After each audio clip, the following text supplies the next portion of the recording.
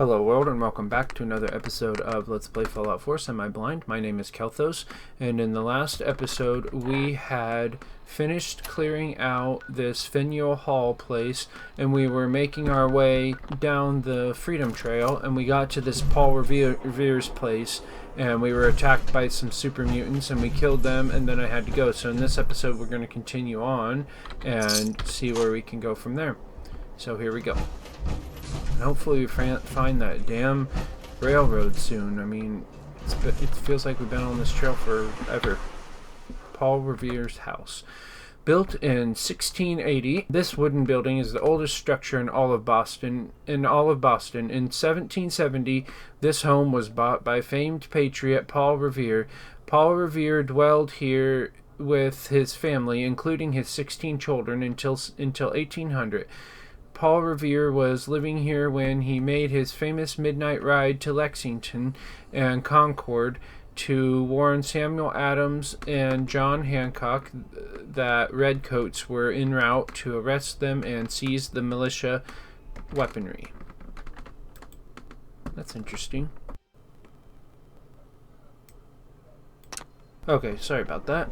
For some reason my game minimized and a pop-up came up from my antivirus thing, but usually that pops up in the background and doesn't interfere with my with my gaming. Sorry, I was distracted for a second. We already did this one, right? 8D, did I write that down? Yes, I did. Okay. Is that all that's in this house? You'd think there'd be something more significant because it's Paul Revere's house and this is Boston, so. Can you get up to the second floor?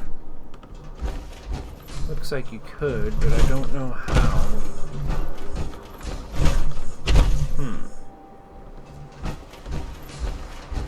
Looks like this building didn't really hold up well to the bombings. Yeah, I don't know how you'd get up there. I really do not.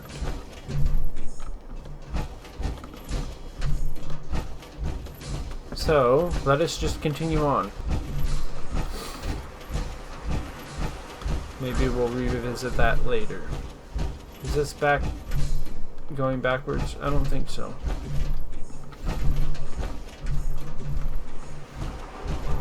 Paul Revere.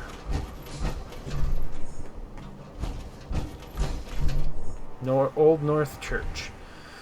Built in 1723, the Old North Church is the oldest standing church in Boston. Its 191-foot tall steeple also makes it the tallest church in Boston. On the night of April 18th, 1775, Lieutenant Colonel Smith marched with 700 British soldiers to Concord on a mission to disarm the rebels. Using a plan devised by Paul Revere, Robert Newman climbed to the top of this church and lit 2 lanterns to alert patriots that the redcoats were coming up the Charles River, thus inspiring Longfellow's famous verse, "One if by land, two if by sea." The battles of Lexington and Concord that followed would start the American Revolution.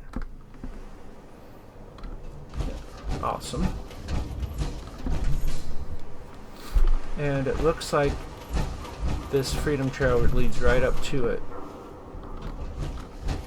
Yeah, it does. Freedom Trail marker. 1R. The trail ends right at the church. Okay. 1R. Open door and go inside. Search for the railroad. What? They must be here then? Huh. Okay. Keep your eye out for the railroad.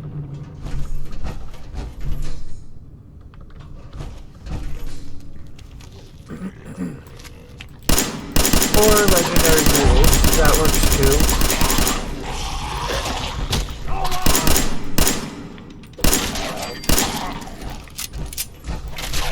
Thank you. Yep, I'm fine. Can I reload? Sorry, my game is being dumb. Still is. Don't know what's up with my computer at the moment.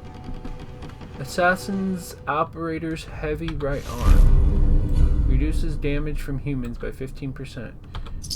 Okay. I don't want your kickball though.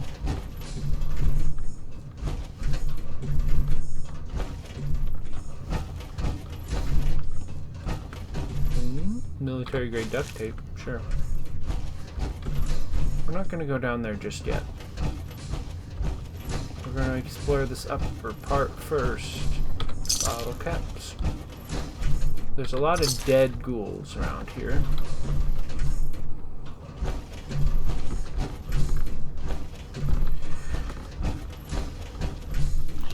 there's a lot of plain dead, ghouls plain dead around here as well.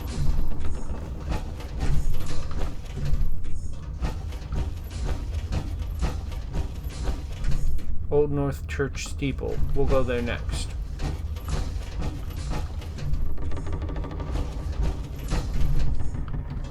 What are you doing, Nick? Weirdo. He's like walking in midair.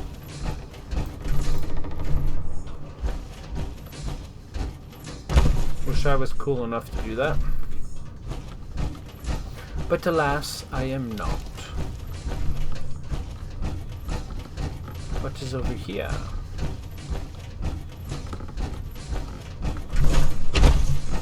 Apparently debris to get stuck on.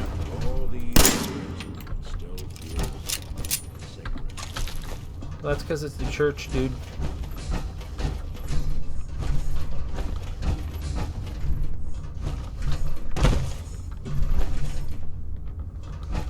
Okay.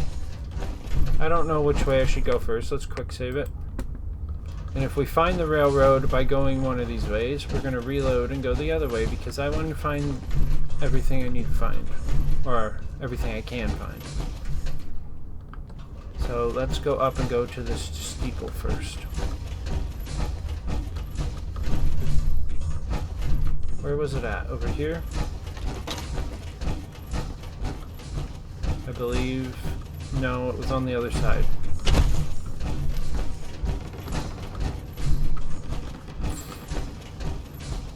It was up here.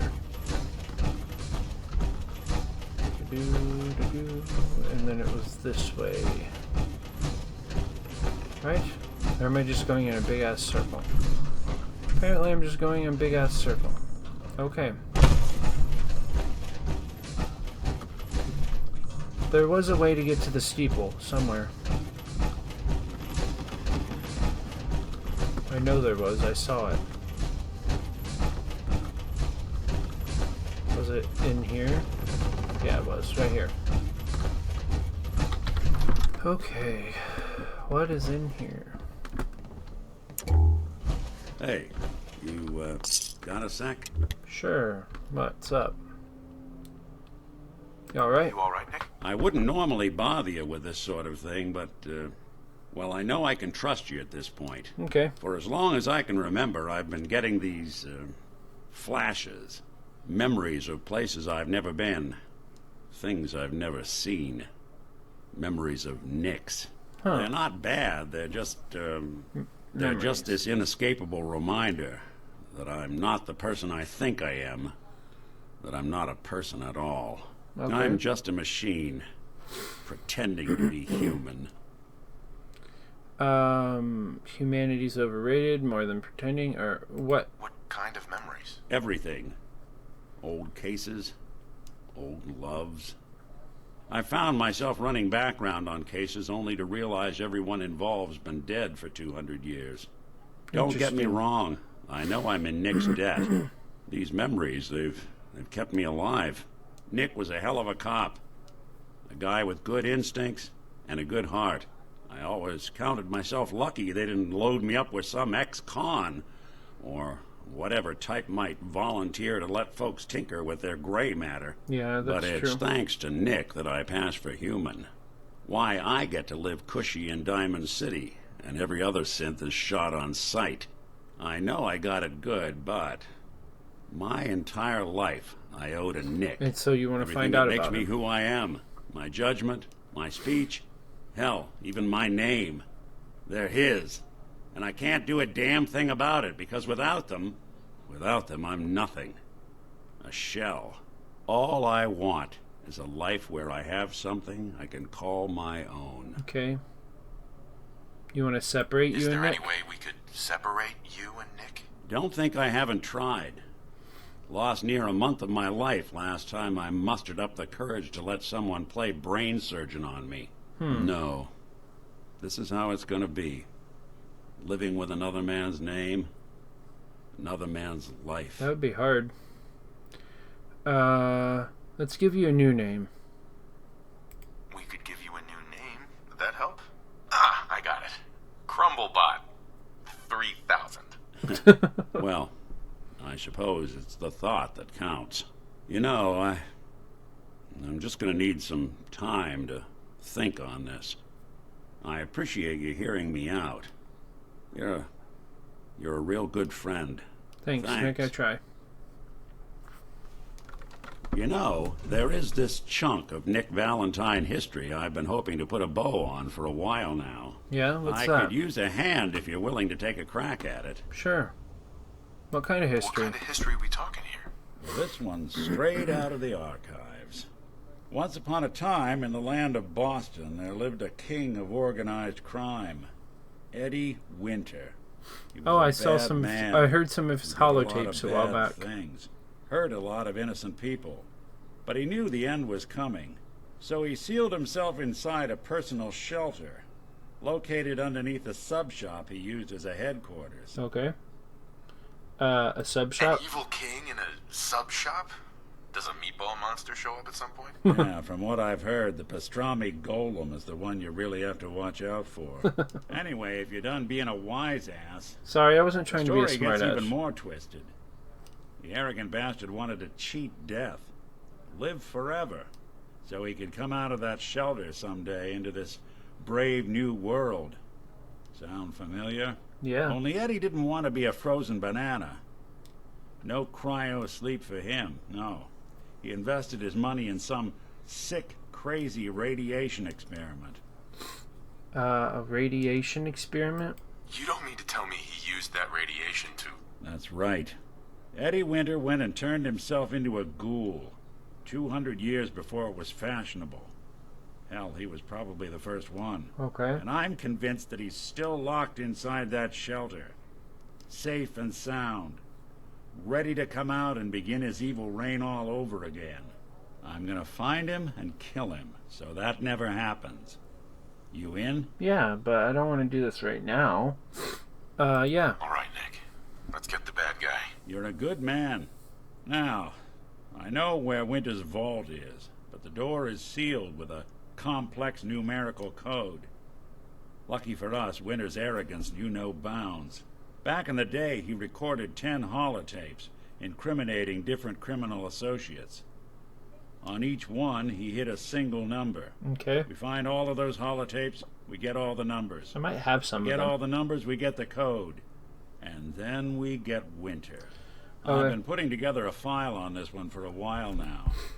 There's a pair of holotapes in here worth listening to, including one of Winter's that I managed to snatch from the Cambridge police evidence lockup before getting swarmed by ferals. My gut tells me the Boston police evidence terminals are the key to cracking this one. Okay. It's probably worth paying a visit to any of the departments you might have stumbled across. We will do that. And we'll listen to that stuff and read those notes and stuff. But we're going to do that after. No, because I'll forget. We'll do it now. Okay, so the first thing we need to do is go to the Miscellaneous.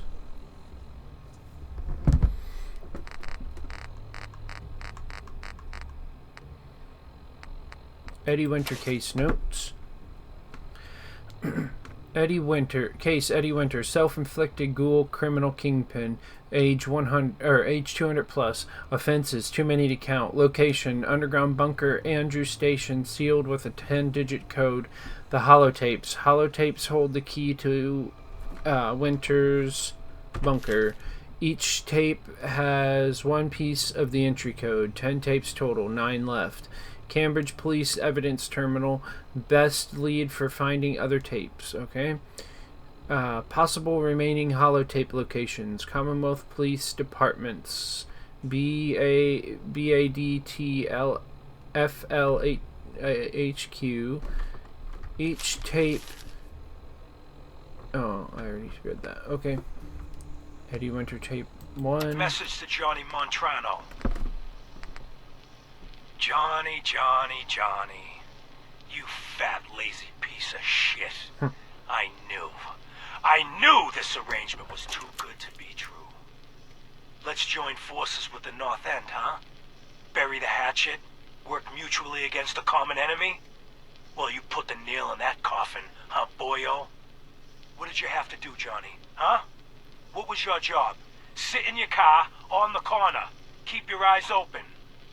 If you see a uniform, you get out. Walk down the street, knock on the door, and let the fellas know there's trouble coming. Easy as pie, right? I could have got a 9-year-old from the projects to do it, but no. In the interest of Irish-Italian relations, I give the job to you. So what happens? Nothing. Nothing happens. You sit on your fat ass dribbling cannoli cream onto your third chin. You watch. You watch the uniform blow. Months of planning, all in 2 minutes. Congratulations, Johnny. You got me. You and your pals sure put the screws to old Eddie Winter. You should tell this funny story to your little girl when you tuck her in at night. In that corner bedroom, upstairs, pink wallpaper, little house on Prince Street. Yeah. Eddie Winter, signing off. Okay. I didn't hear any number on that one. Message to Robert Cooper. You did good, Bobby. The wife and girl won't be saying anything. No worries. Hell, once those fat life insurance checks start rolling in, Mrs. Montrano will wish her fat slob of a husband had eaten that bullet 5 years ago. I think I heard this one before. As for what happens next, up to you. Beach, sub shop, car yard. Doesn't matter where he ends up, I don't give a shit. I just want him in the ground. So, long as Johnny Sr. never finds out what happened to his little meatball, we're set. Eddie Winter, signing off. Okay. And then number 7. Message to Buster Conley. Nice piece you did on the monorail construction project. Heaven's Highway. Whoops. Devil's Doing. Huh, cute. But I think you give organized crime too much credit. The various Boston families coming together to fund a public works project? Huh, please. Clearly you never sat down to dinner with these guys. They can barely agree on an appetizer. And ain't nobody jumping to pick up the check. The bosses had their hands in the honeypot, sure. But nowhere near the level you were suggesting. You did get one thing right, though. Safety Inspector Alice Lansky was killed. They'll never find her. 'Cause there's nothing left. After he bashed her brains in with one of those giant wrenches, Vinny the Cracker's Venucci dissolved her body in a barrel of hydrochloric acid. Wow. So write your follow-up. Then feel free to tell the cops the murder weapon is hanging on the wall in Venucci's garage. On 4 Charter Street. For Charter Eddie Street. Winter, signing off. Wow. Okay, we'll look into that stuff after we do this church stuff. Oh shit. I'm falling. Damn it. I didn't mean to do that. Oh well. We'll get back in there. If I can figure out how. And I need to unequip that stupid quest. Road to Freedom is right. Stop the timer.